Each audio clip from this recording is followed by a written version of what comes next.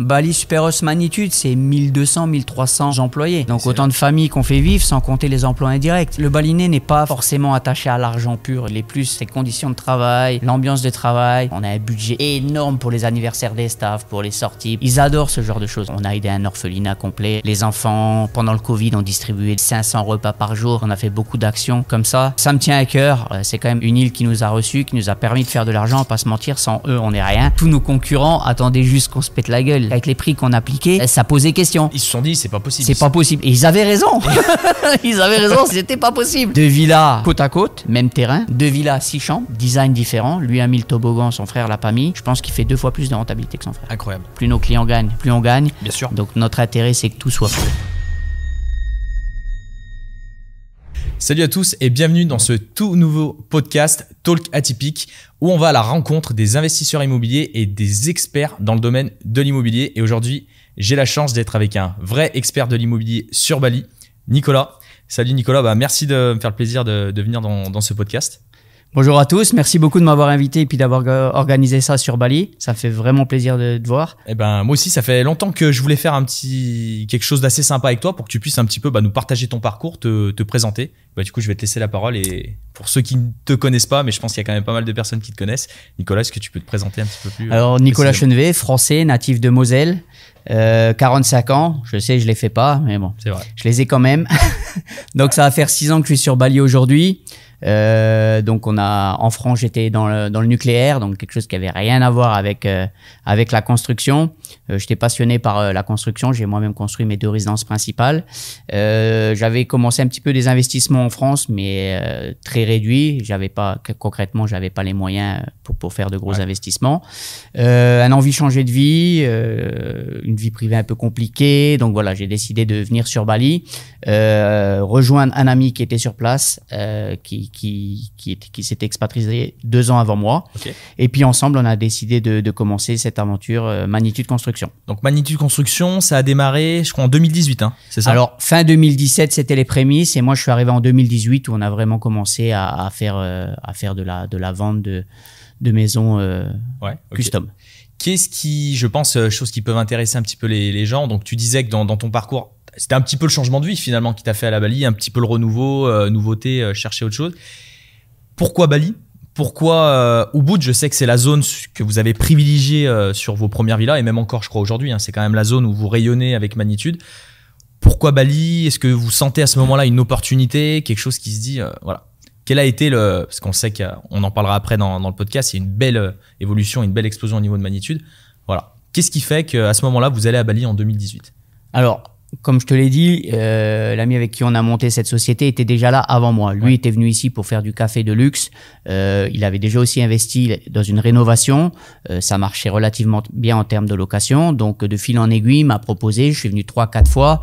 Et voilà, je me suis dit, quand j'ai décidé de passer le pas, je me suis dit, voilà, c'est Bali. Je connaissais pas les autres endroits. Je me sentais bien ici. Donc voilà, la décision a été très rapide à prendre. C'est important ce que tu dis, je pense, le fait de bien se sentir. Et moi, c'est vrai que la première fois que je suis venu à Bali, j'ai pas eu un super feeling, mais je suis resté 15 jours. Et là, ça fait 2 mois que je suis ici à Bali.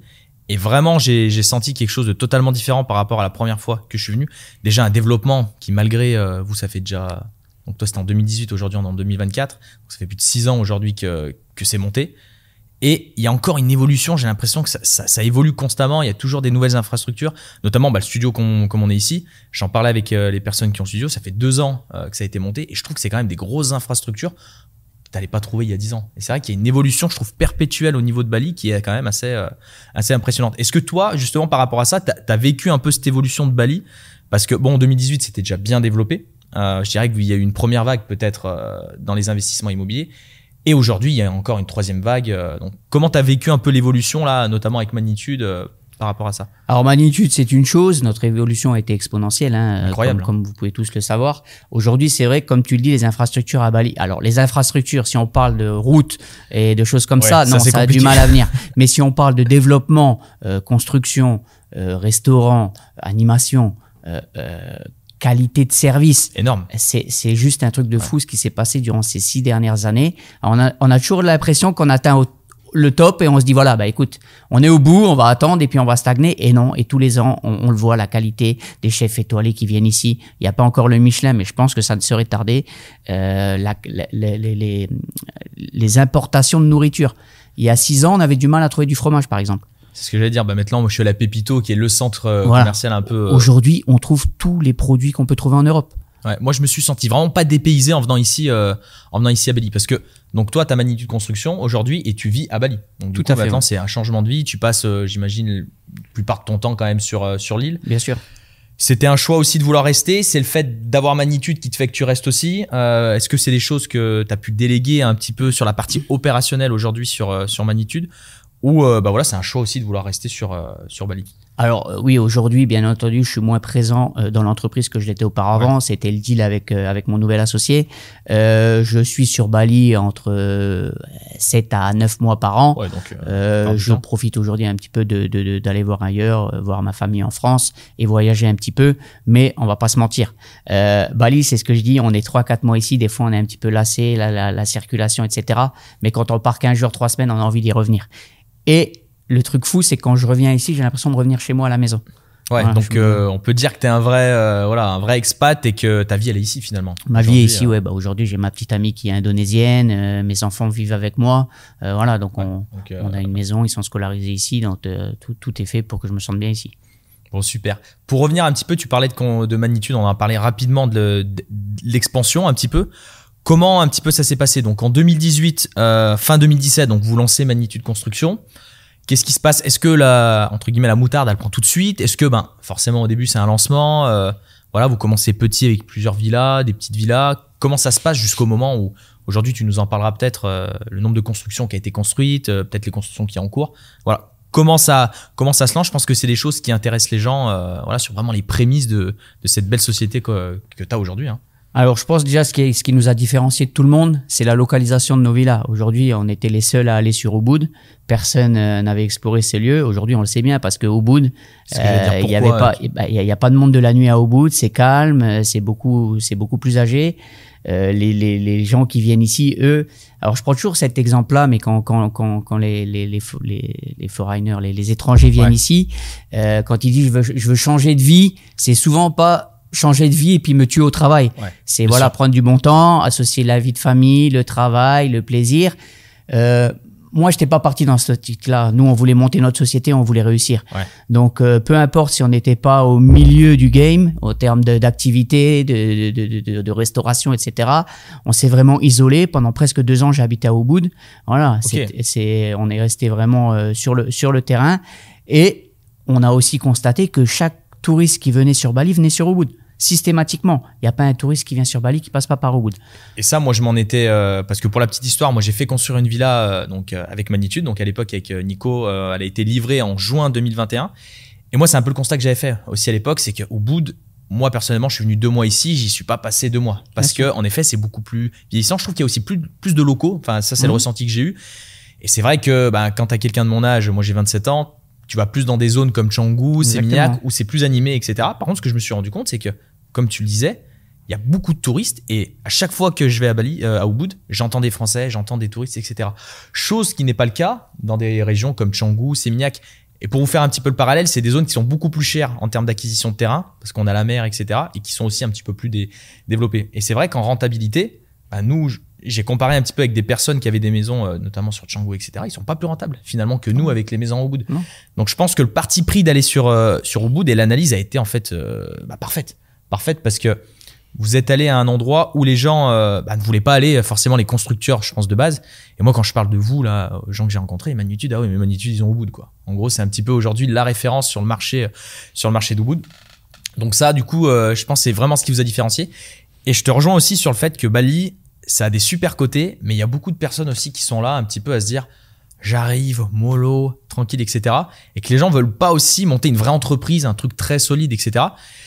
Et je pense aussi c'est des choses qui font peur. Et tu vois, c'est pas des choses que je m'étais notées, mais je pense intéressant sur le fait, est-ce qu'il y a des clients qui pensaient que, que ça allait pas aller au bout, Magnitude, etc. Moi, c'est des questions que j'ai pu me poser au début quand on a investi ensemble. C'est un peu le stéréotype de quand tu investis à l'étranger, c'est ils vont me planter, etc. Moi, les premières questions que j'ai eues, des gens un peu, alors pas forcément médisants, mais qui ont peur un petit peu que tu te plantes, à te dire, ouais, mais attends, tu les connais pas, ils vont te planter, etc. Est-ce que, voilà, c'est des questions qui sont revenues au niveau de vos clients? Déjà, c'est tout à fait légitime. Je veux dire, quand toi t'es venu, on était nouveau sur le marché, on t'a rien montré. Qu'est-ce qu'on avait fait? Une villa qui était peut-être en cours, même pas finie. Si, elle était finie. Ouais. Elle était finie, donc on venait de finir une villa.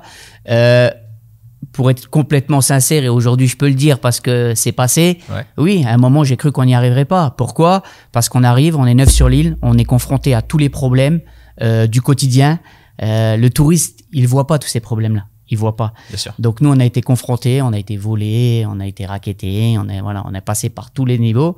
Et c'est vrai qu'à un moment, on s'est posé la question. Alors moi personnellement, j'aurais été au bout. Même si j'avais dû mettre de ma poche pour finir les villas, j'aurais jamais lâché aucun client. C'est une certitude. J'aurais pas pu me regarder dans une glace après. Mais c'est vrai qu'à un moment, et puis autre chose, c'est qu'on est, voilà, moi, j'ai pas fait des écoles de gestion d'entreprise, mon ex-associé non plus. On s'improvise pas, chef d'entreprise. Ça s'apprend. Et voilà, il y a des méthodes de fonctionnement et de gestion d'entreprise qui viennent pas comme ça. Donc voilà, la gestion de l'argent, du cash flow, voilà, on s'est fait un petit peu, alors je parle pas du début. Au début, la première année, on a vendu 6-7 villas, donc voilà, on s'est mis en route. C'est une fois qu'on a commencé à exploser, beaucoup d'argent est rentré, on a fait des investissements et tout ça, c'était pas géré comme on devait gérer une entreprise proprement dit. Donc oui, à un moment, on était dans le dur. La chance qu'on a eue, c'est que on a toujours respecté ce qu'on a dit. Alors mis à part les délais, mais chaque personne qui construit aujourd'hui dans le monde entier sait bien qu'on est confronté au même problème, qu'on soit à Bali ou en France. Ça, c'est clair. Sur les délais de construction, c'est pas moi qui l'aimais les agglos, donc je suis tributaire de quelqu'un, donc voilà, on a été confronté. Mis à part ça, alors aujourd'hui je touche du bois, j'ai aucun client qui s'est plaint de la qualité et de la rentabilité de sa villa. Alors bien sûr, il y a toujours celui qui veut plus, qui a 20% et qui en veut 22, mais en toute honnêteté, aujourd'hui, on vend des villas qui sont rentables, de très bonne qualité et qui se remarquent sur le marché. Quand on livre une villa, qu'on la met en ligne et qu'elle est louée dans les 24 heures, ça prouve que la villa, elle a quelque chose de différent. Bien sûr. Et puis, je pense que, et c'était un peu le cas à l'époque et ça l'est toujours aussi. Tu vois, moi, je viens d'un milieu, pas d'un milieu pauvre, mais je viens d'un milieu très modeste, classique, peut-être similaire à toi. Et tu te dis, OK, là, j'ai quand même la chance et je suis tombé sur des gens qui sont quand même pros. Je vais avoir une villa que j'aurais jamais pensé possible un jour. Et moi, c'est à l'époque ce que je me suis dit. Et je pense que ça a été un petit peu... Il y a le côté rentabilité que les gens viennent chercher, et ça, c'est sûr. Par contre, mais je pense que vous avez aussi beaucoup de clients qui se sont dit putain, là, je vais avoir une villa un peu de riche, quoi. Une villa de riche, mais pas pour le prix d'une villa de riche. On reste sur les finitions de Bali qui sont pas sur les mêmes finitions qu'on peut avoir en France. On est d'accord. Mais encore une fois, c'est ce que je dis quand je vais dans notre villa, et je me rends compte dans les plusieurs villas que j'ai pu faire, on est sur les standards balinais, voire franchement, et c'est pas du tout ce que t'es là, je trouve qu'on a quand même une qualité au niveau des villas. Et moi, j'étais dans les premières et je crois qu'aujourd'hui, tu as un petit peu amélioré les process et qu'il y a des nouveautés. Où je trouve que c'est quand même important quand t'es français et que t'investis aujourd'hui à Bali, de se dire ok, ma villa, elle vaut un certain prix. Et on y viendra d'ailleurs. J'ai fait faire 2-3 estimations de la villa. Je suis assez impressionné sur les prix de revente.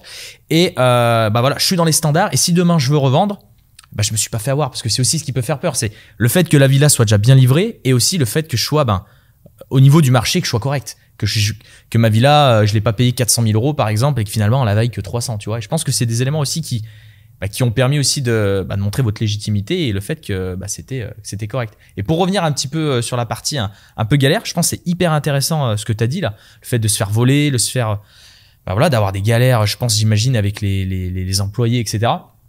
Nous, c'est quelque chose qu'on n'a pas du tout ressenti avec Anthony quand on a investi avec vous, avec Magnitude. Chose qu'on a ressenti dans tous nos investissements qu'on a fait en France. Et moi, c'est souvent ce que je dis. Les gens nous disent toujours, ouais, vous avez investi à Bali, c'est incroyable, etc. Et moi, je dis toujours que c'est l'investissement qui vraiment, sur le papier, est le plus fou et qui paraît le plus compliqué. Mais le fait d'avoir tout délégué à vous, et honnêtement, autant il y a des investissements qu'on a pu faire avec Anthony où on avait le pif et on avait vraiment réfléchi la chose. Là, on avait quand même réfléchi la chose, mais on misait quand même énormément de choses sur vous. Et c'est vrai que tout ce stress, toute cette angoisse, tous ces problèmes, finalement, ça a été géré de votre côté.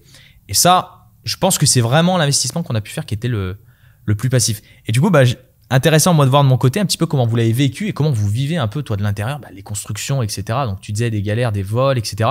Est-ce que tu as des anecdotes à partager, des choses un peu, que les gens se doutent pas quand ils font construire? Parce que pour nous, en tant que clients, c'est très lisse. C'est bon, il y a des délais. Alors nous, à l'époque, il y avait eu, je crois, 2 mois de retard, mais il y avait eu le Covid entre-temps. Voilà. Qu'est-ce qui peut se passer, tu vois, typiquement sur un chantier de construction avec vous, des galères, etc., quoi. Je pense que c'est intéressant. Alors, ça me fait déjà super plaisir ce que tu me dis là, parce que comme tu l'as dit, t'étais dans nos premiers clients et on n'était pas étoffé structurellement comme on l'est aujourd'hui. Aujourd'hui, on a quand même un service client avec 2 personnes à temps complet qui sont là pour faire de la gestion client. On a une interface qui s'appelle Mon Projet Bali où les gens ont les photos uploadées toutes les semaines. Toi, je crois que c'est arrivé. Ouais, c'est le cas déjà. Voilà, c'était. Ouais. Mais là, c'est vraiment plus contractualisé, formel. Et puis, il y a tous les documents légaux, il y a tout ça. On a vraiment une structure légale aujourd'hui. Magnitude au début, c'était 20 salariés. Aujourd'hui, on doit être 400. Je parle pas des travailleurs. Rien que voilà. Okay. Donc voilà, on a quand même bien progressé. Le fait qu'aussi ta villa, la plus-value soit beaucoup plus importante, c'est parce qu'on était complètement à la ramasse par rapport au prix de vente, on va pas se mentir. C'est ce que tu disais en off la dernière fois quand on s'est vu. Les 150 premières villas, on a mis de notre poche.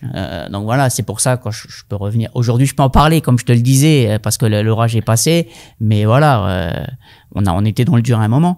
Donc voilà, en termes d'anecdote, il faut savoir qu'au départ, on ne sous-traitait rien. On avait nos propres employés qu'on embauchait, qui faisaient la construction. Okay. Sauf que voilà, il y a une dizaine d'entre eux. Quand il fallait commander 50 mètres carrés de carrelage, ils en commandaient 90. Il y en a 40 qui allaient ailleurs, etc., etc.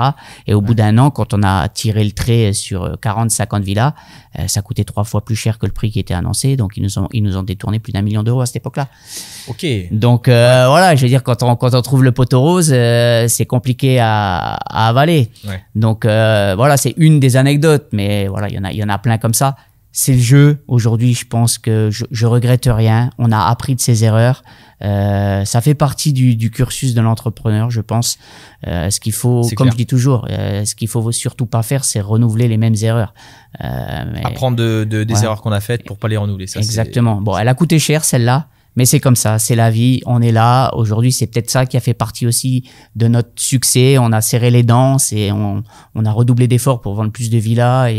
Et voilà, je pense que ça a été une étape compliquée, mais on a su la passer. Et puis pour renouveler un petit peu ce que tu disais, moi je pense vraiment que ce qui a fait votre succès, c'est justement peut-être de s'asseoir à un moment sur des sommes et de pas fermer à ce moment-là et de conserver un petit peu cette période qui est compliquée. Parce que, comme tu disais, il y a eu vraiment une phase où ça a commencé à exploser. Je pense que c'est vraiment nous, quand notre villa elle a été livrée, donc en 2021, moi j'ai l'impression que c'est à ce moment-là que les villas elles tombaient. Alors, concrètement, si on peut avancer sur le process, je sais pas, alors les chiffres vont pas être exhaustifs, bien sûr, mais je veux dire, la première année, on a dû faire 7, 8, 10 villas peut-être. La deuxième année, une vingtaine. Et après, on a eu cette opportunité magnifique qui est la télé qui est venue nous solliciter, pardon. Ouais, ça. Et l'année où M6, on a fait le reporting sur M6, on a vendu 200 villas. Donc ça a été vraiment le gros boom s'est fait à ce moment-là. Ouais, donc vraiment la télévision, ça a tout changé. Voilà, ça a vraiment assis notre notoriété. Et c'est là que tout a basculé, réellement. 200 villas. Et justement, tu parlais tout à l'heure... on s'improvise pas entrepreneur, et moi aussi je l'ai vécu parce qu'aujourd'hui nous on a de l'immobilier pour ceux qui nous suivent, mais on a aussi la partie formation accompagnement au sein de Mon Plan Immo, et nous aussi on a eu une croissance énorme quand on a commencé à parler des logements atypiques.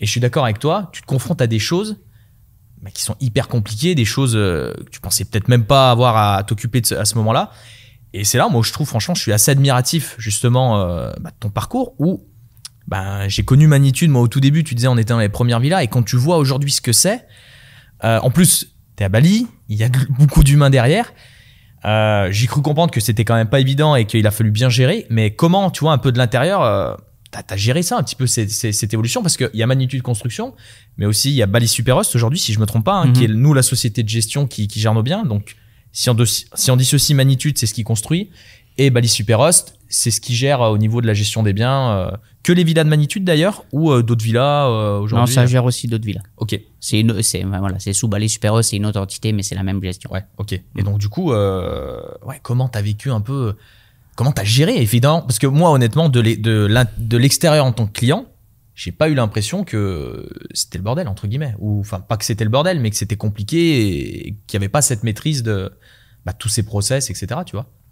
Alors déjà, je suis qu'un maillon de cette chaîne Magnitude. Aujourd'hui, Magnitude tout seul, c'est pas moi. Magnitude, c'est toute une équipe. C'est des gens qui ont troussé les manches. Magnitude aussi, moi j'ai bénéficié de l'ascenseur social dans mon ancien travail chez EDF. J'ai aucune étude et puis j'ai fini à un poste où ils embauchent des ingénieurs, pilotes de conducteurs de blocs nucléaires. Donc j'ai voulu renouveler ça avec Magnitude. Une stagiaire, là, Marie, qui est directrice aujourd'hui chez Magnitude et qui est actionnaire, a commencé stagiaire chez nous. Voilà, donc voilà, on donne la chance aux gens, les gens qui ont envie de travailler, on les récompense, c'est normal. Notre nouvel associé a fait aussi énormément de bien. Lui avait un cursus entrepreneur et gestion d'entreprise, donc ça apporte un peu de cadre. Voilà, compter les centimes, il sait ce que c'est, donc il a vraiment su structurer l'entreprise à ce niveau-là, niveau financier. Et voilà, je veux dire, c'est vraiment cette symbiose de tous les employés au moment où ça a été le plus dur qui a fait la réussite de l'entreprise. Voilà. Et c'est de s'appuyer sur des éléments forts et de savoir déléguer aussi, je pense. Exactement. Je pense qu'il y a beaucoup de personnes aujourd'hui qui ont du mal à déléguer. Moi, c'est quelque chose que j'ai toujours cherché à faire dans nos biens IMO, justement, que ce soit la gestion. Là, on a automatisé, avec vous, à Bali, c'est géré, que ce soit au niveau des travaux, etc. Et aujourd'hui, tu disais tout à l'heure, ça correspond à peu près, juste Magnitude, hein, c'est ça, à 400 personnes, juste sur le pôle construction. Ouais, c'est impressionnant. Avec Bali Superhost Magnitude, c'est 1200, 1300 employés. Donc autant de familles qu'on fait vivre sans compter les emplois indirects. Voilà, les chauffeurs, les masseurs. Voilà, je pense qu'aujourd'hui, on fait vivre plus de 3000 familles si on compte les travailleurs, etc. C'est énorme. Et question qui me vient aussi, c'est comment c'est perçu un petit peu au niveau de Bali Magnitude? Est-ce que vous êtes bien vu? Est-ce qu'on est mal vu quand on est une société qui commence à être grosse, qui brasse de l'argent aussi, mais qui emploie aussi beaucoup de Balinais, parce que comme tu disais, il y a plus de 3000 personnes. Comment c'est perçu un peu dans un pays comme l'Indonésie? Je sais pas trop. Honnêtement, je sais pas trop. Moi, je suis toujours bien reçu. Les gens, voilà, m'apprécient, surtout sur Ubud. Je suis quand même relativement connu. Les gens me connaissent. Voilà, on se voit régulièrement. J'ai l'impression d'être apprécié, mais est-ce qu'on en est sûr? Ce que je suis sûr, c'est que le bureau des taxes nous adore. On est le plus gros payeur de taxes sur l'île aujourd'hui. Ça, c'est une certitude. Mais voilà, en termes d'hommes, voilà, je sais pas, on sait jamais. C'est quand même des gens qui sont introvertis. Ils sont souriants, ils sont avenants pour vous, mais je veux dire, ils vont pas exprimer quelque chose comme ça devant vous. Mais voilà, je pense qu'on est super fair dans le taf. On est aussi une des entreprises qui paye le mieux ses salariés, malgré ce qu'on peut dire. Bali, c'est une île avec plein de rumeurs, de choses comme ça. Je pense que c'est une force moi, c'est l'avis que j'ai sur ça, de payer plus ses salariés pour les fidéliser, notamment. Je sais pas, je pense pas que ce soit pour les fidéliser. Faut que le Balinais n'est pas forcément attaché à l'argent pur. Il est plus ses conditions de travail, l'ambiance de travail. Voilà, on a un budget énorme pour les anniversaires des staffs, pour les sorties, pour les choses. Ils adorent ce genre de choses. C'est vraiment de les mettre vraiment dans un cocon où ils se sentent bien. Exactement. L'ambiance de travail est très très importante. Plus que l'argent. J'avais eu une photo, je crois que c'était ton anniversaire, où justement ils t'avaient préparé un truc, etc. sur les réseaux. Même ça doit être des choses aussi en tant que chef d'entreprise assez valorisantes de se dire, bien sûr. Ok, j'ai créé un groupe, certes on fait ça pour de l'argent, c'est de l'entrepreneuriat, mais d'avoir aussi une certaine reconnaissance de ses salariés, je trouve que c'est quand même aussi quelque chose de cool, tu vois, de quelque chose d'assez... Bien sûr, moi j'apprécie, voilà, les gens qui me connaissent ici, voilà, aider, l'aide sociale, tout ça, voilà, on a aidé un orphelinat complet, les enfants, pendant le Covid, on distribuait des 500 repas par jour, on a fait beaucoup d'actions comme ça. Ça me tient à cœur, c'est quand même une île qui nous a reçus, qui nous a permis de faire de l'argent, pas se mentir, sans eux, on n'est rien. Donc aujourd'hui, la reconnaissance et le retour qu'on peut leur donner, pour moi, ça fait partie intégrante du taf. C'est super. Pour reparler un petit peu chiffre, Nico, est-ce que tu peux nous dire un petit peu justement le nombre de villas actuellement construites? Est-ce que ça te dérange de parler chiffres aussi au niveau peut-être chiffre d'affaires, choses comme ça au niveau de magnitude? Ça me dérange pas, je peux parler de tout, je suis complètement transparent, j'ai rien à cacher, mais je vais pas être exhaustif, j'ai pas tous les chiffres en tête. Oui, mais on peut aujourd'hui, je sais qu'on a dû vendre dans les 600 villas. 600 villas vendues. Vendues. Depuis 2018. C'est ça. Okay. On a 240 projets en cours. On n'est pas loin de 270 villas livrées et le reste sont en phase design, recherche de terrain, etc. Aujourd'hui, l'achat moyen, aujourd'hui, ça doit être dans les 320 000 euros. Pour budget moyen d'acquisition. Ok. Il était à 220 000 il y a 2 ans. Oui, bah nous en 2019, je pense c'est là où on s'est mis d'accord, je crois. Nous on était parti sur une villa 4 chambres et on était à 230 000 euros, je crois. Voilà, avec 30 ans de terrain, je crois le de prix de base était de 180 000 euros.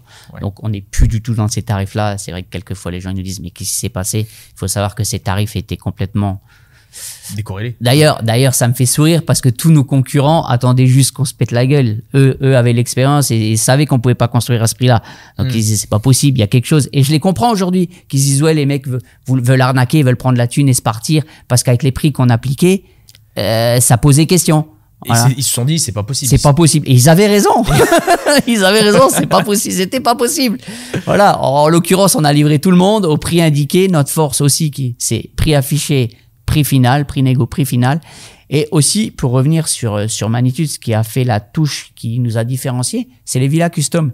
Il y a personne sur l'île qui faisait des villas custom. Chacun avait des templates bien définis. T'achetais cette villa comme elle était. Tu pouvais rien agencer.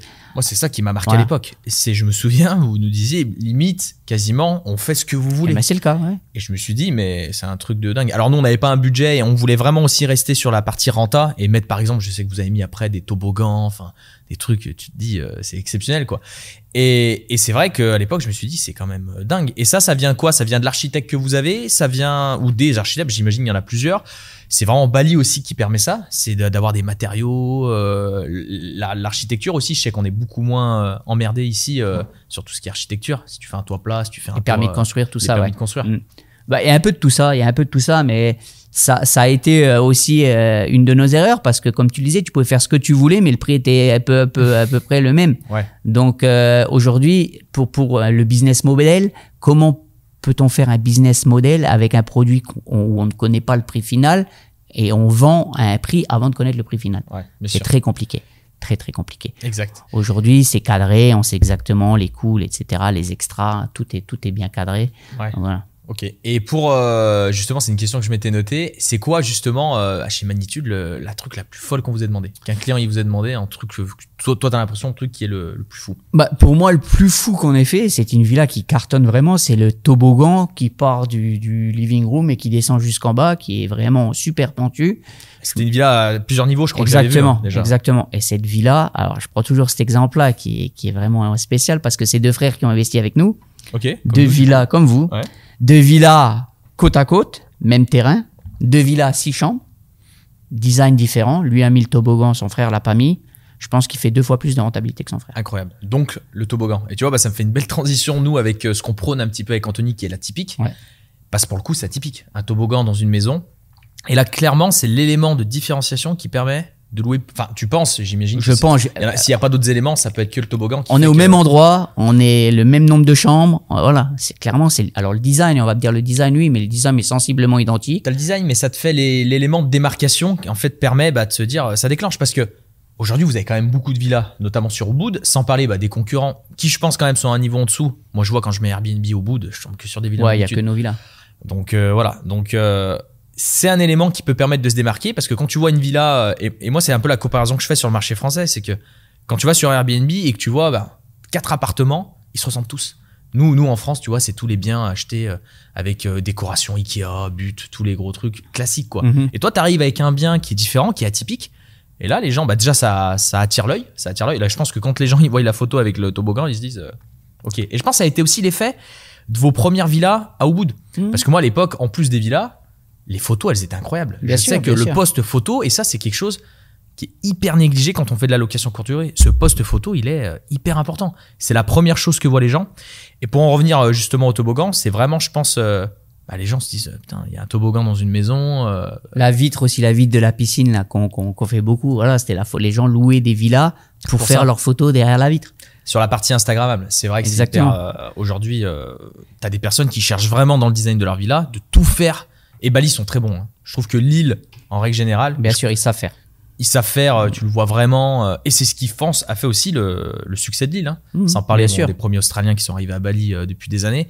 Le côté vraiment où ils ont su jouer des réseaux sociaux, moi je les trouve très bons. Je les trouve franchement par rapport à des pays comme la France, moi je trouve qu'on est en retard complet par rapport à ça. Donc, on a aussi des vues aussi. On n'en a pas parlé, mais notre moteur, c'est quand même les vues des terrains. Toujours des vues des rizières, des jungles, des rivières. Voilà, on a l'impression C'est quoi en général le triptyque? Je sais que nous, à la base, à l'époque, c'était vue rizière. Il y a vue jungle. Est-ce que tu as d'autres vues On a des rivières. Ouais, des rivières. Voilà. Okay. Aujourd'hui, voilà, on essaie de trouver de plus en plus de vues jungle parce que la vue rizière est toujours un risque potentiel que quelqu'un va se poser devant. C'est jamais garanti. On a eu quelques surprises dernièrement avec des clients. Nous, notamment, on a eu une surprise. Alors, nous, on n'a pas eu de personne qui a fait construire en face, mais j'en parle d'ailleurs dans la vidéo que je sais pas si elle sortira avant, où je fais un petit room tour de la villa depuis 3 ans, où on avait de base une vue rizière. C'est vrai, faut le dire. Moi, je suis aussi là pour être transparent sur les choses qui sont super bien passées. Et on va dire les choses pas qui se sont bien passées, mais quelque chose qui était prévu, à savoir une vue rizière avec les cocotiers derrière. On a encore les cocotiers, mais c'est vrai que la vue rizière, elle y est plus parce qu'à l'époque, c'était ça, le paysan qui gérait les rizières est décédé. Les enfants ont pas du tout voulu reprendre les rizières, finalement. Et donc, du coup, on se retrouve avec un champ, plantation un petit peu. Donc, par contre, vous avez joué le jeu, c'est que derrière, vous êtes venu fermer la villa. Et j'aurais peut-être pas ce discours si ça aurait eu un impact sur les locations, mais par contre, c'est vrai qu'on n'a pas eu d'impact sur nos locations. Et c'est vrai que nous, en tant que clients, c'est la première chose qu'on a eue. Je me souviens à l'époque quand on a commencé à voir, parce que c'est vraiment arrivé au moment où la villa a été terminée, qu'il n'y avait plus les rizières. Et c'est vrai que on s'est dit merde. Etc. Non, mais ça la différencie des autres parce qu'on a des clients qui demandent, ils veulent de la privacy. Ils veulent pas parce que les rizières, il y a le petit paysan qui passe devant. Alors c'est le charme local, etc. Mais il y a des gens qui veulent pas, ils veulent être privés et qui demandent ce type de villa. D'ailleurs, toutes ces villas qui sont dans ton coin là, les 4, elles tournent du tonnerre, les 4. Ouais, et c'est ça aussi, on en a pas parlé. Vous avez fait donc des constructions où c'est vraiment dans des terrains isolés et un petit peu comme nous, des sortes de lotissements où vraiment c'est vrai que t'arrives, nous ce qui est je trouve plutôt agréable, c'est que t'as une route avec des pavés, etc. et que t'arrives, il y a plusieurs maisons, donc ça fait en effet le côté poste de sécurité qu'on a mis à l'entrée. Voilà, le poste de sécurité à l'entrée, et c'est vrai que ça fait un petit peu le côté pas private house, etc. mais un petit peu, il y a le garde à l'entrée, il y a différentes villas, c'est bien sectorisé, chacun a sa partie de parcelle. Et je trouve que ça donne aussi un petit côté un peu rassurant, parce que des fois, quand t'as une maison plein milieu d'une rizière, ça peut aussi parfois, avec un accès un peu biscornu. Je sais qu'il y a des accès de villas. Moi, je suis allé dans des villas des fois, alors pas forcément chez vous, mais t'as des accès, c'est un truc de malade. Enfin, si t'as pas un scoot tout petit, etc. Nous, on a quand même la chance sur ces villas où il y a un accès qui est propre, etc. On peut y aller en voiture, tout ça. Encore une fois, c'est dans nos premiers projets, on a essayé de faire au mieux, mais c'est vrai, on a pavé, on a fait un bon point, on a fait un storage pour le staff de Bali Superos pour mettre plus loin, voilà, pour mettre tout ce qui est matériel nécessaire. Ouais.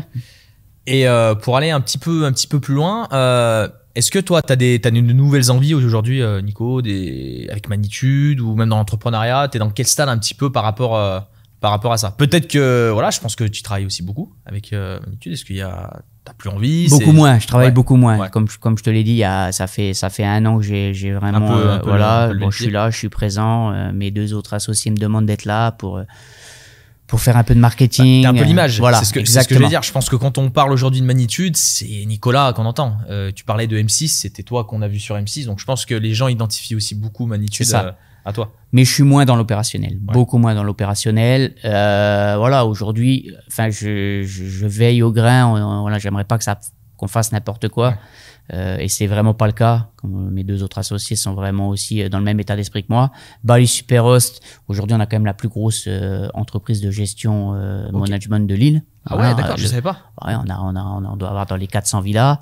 On a pratiquement 1500 chambres, donc c'est énorme. À gérer. C'est énorme. Donc voilà, c'est plutôt bien géré. Alors bien sûr, on peut toujours mieux faire. Toi qui es client, tu sais qu'on est sur de nouveaux softwares, on est toujours dans l'amélioration continue. En tout cas, en termes de clients, et c'est très honnête ce que je te dis, j'ai pas ressenti. Et c'est des choses, encore une fois, en tant que client, que tu peux avoir peur en te disant, ils grossissent, etc. Mais t'as l'expérience aussi. T'as l'expérience du Airbnb en France. Tu sais comment que ça se passe. Et tu peux comparer. Justement. Et j'aurais pu me dire, ils grossissent. Et je sais ce qui se passe souvent dans les conciergeries en France, parce que c'est une conciergerie, Bali Superhost. Quand tu scales et quand tu deviens plus gros, quand tu commences à avoir 400 villas, c'est compliqué d'avoir le même service que quand t'en as 50, tu vois. Et c'est vrai que, en tout cas, moi, je parle que de mon ressenti. Je veux pas du tout parler par rapport aux autres personnes. Je sais pas, mais nous, on n'a pas ressenti cette évolution, en tout cas, par rapport à la gestion. Et je trouve qu'en tant que client, surtout quand tu es à l'étranger, c'est hyper rassurant. Tu vois, nous, notre villa, on a 130 commentaires, je crois, quelque chose comme ça. On a 4,82. Mais les locaux, c'est ce qu'on en parlait ce matin avec Jonathan encore. Là, on n'est vraiment pas inquiet. C'est le service on the floor. Ouais. Et moi, je m'en suis rendu compte. Tu vois, nous, quand on arrive. Ils sont sérieux, ils sont souriants, ils sont à l'écoute des clients. Et c'est ça qui nous sauve. Je veux dire, aujourd'hui, la villa, elle peut avoir une petite bricole, un truc qui est pas clean. ça passe si le service est optimum. Si maintenant, il commence à avoir un service pas à l'attente, plus des autres désagréments, voilà, ça n'irait pas. Hyper aligné avec toi. Nous, c'est ce qu'on essaye un petit peu de faire. Alors nous, on automatise en France. C'est compliqué d'avoir du staff quand tu as 3 logements. Ça te coûte trop cher en France. Alors qu'ici, je sais qu'au niveau main d'œuvre, mais comme je dis souvent, il peut y avoir des couacs dans une villa, il peut y avoir un problème, etc.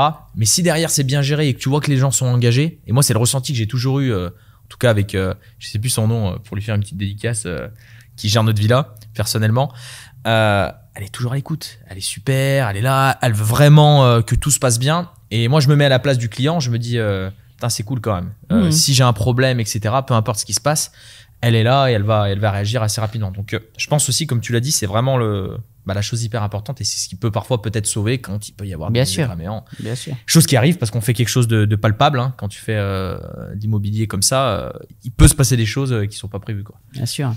Donc voilà, l'optimum 100, on n'y arrivera jamais. Il y a toujours, mais on travaille dans le sens là. Ce qu'on veut, c'est pas régresser par rapport au volume, comme tu l'as dit, et de donner un service de qualité à nos clients. Alors voilà, on a toujours des clients mécontents, il y a toujours le problème, on a toujours l'impression que c'est toujours ma villa qui est en dessous des autres. Mais non, on traite tout le monde de la même façon.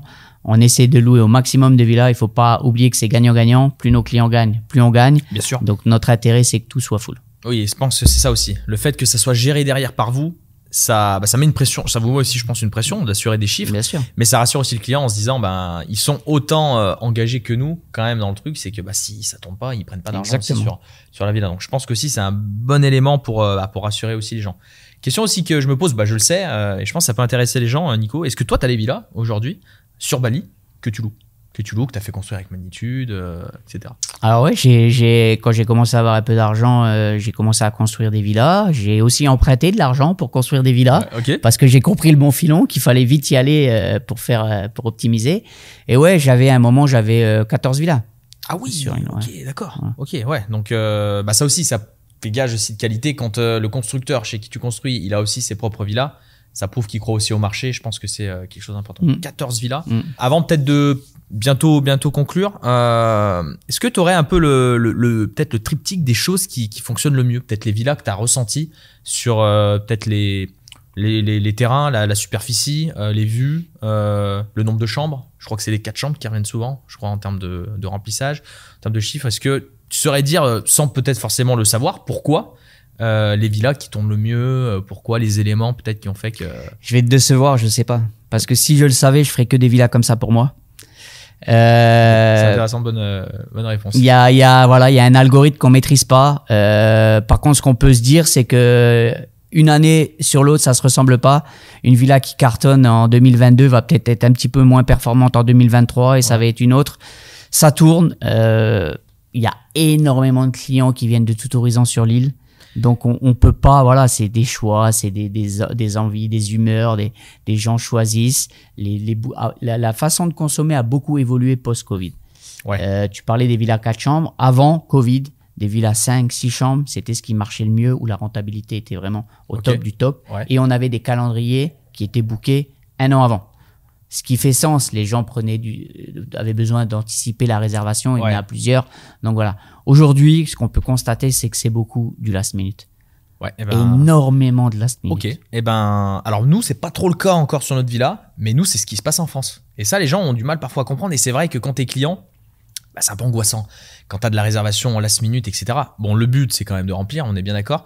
Mais je pensais pas que vous aviez le même phénomène que nous. Donc, beaucoup plus de last minute que ce qui pouvait être au préalable. Okay. Et puis, beaucoup de gens qui sont sur Canggu, sur Uluwatu, qui se disent, allez, on va au bout. Hop, ils regardent, ils sont là sur Bali déjà. Ils cherchent une villa. Hop, et ils vont.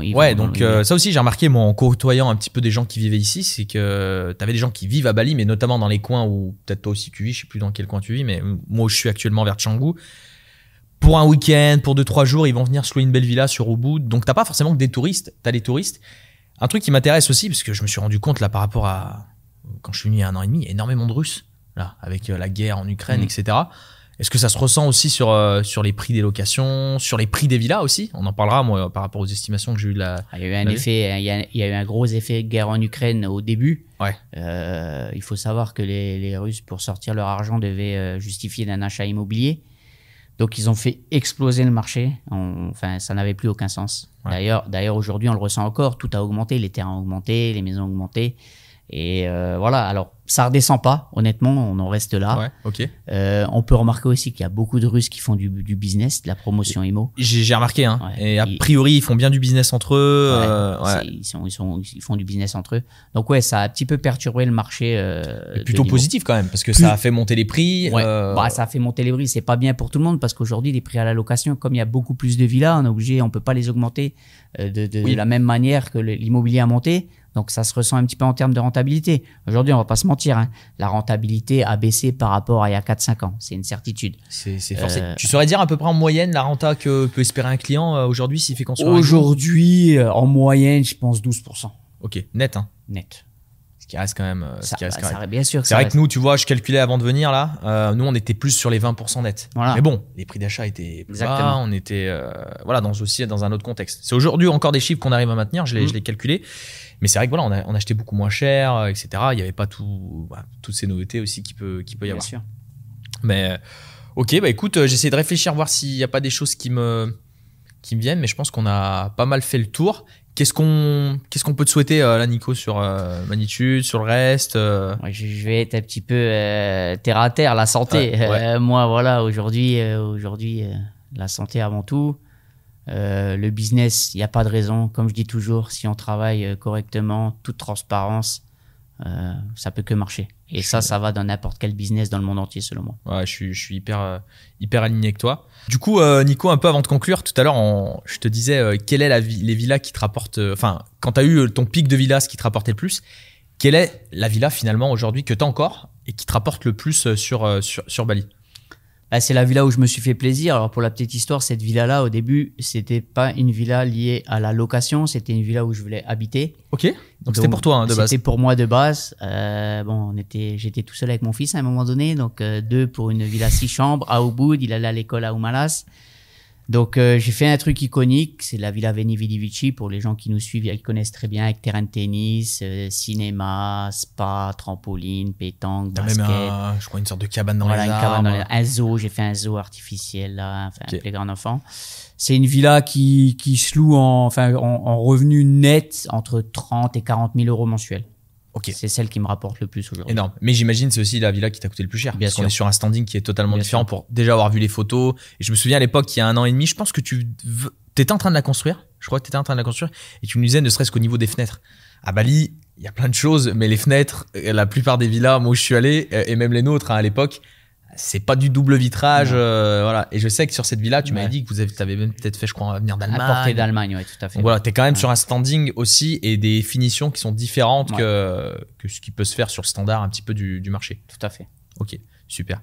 Eh ben écoute, je pense que c'était le mot de la fin. Nico, merci beaucoup d'avoir accepté cette invitation. Merci à toi, comme je t'ai dit, c'est toujours un plaisir de te recevoir à Bali. Et moi aussi, c'était un plaisir de tourner cet épisode avec toi.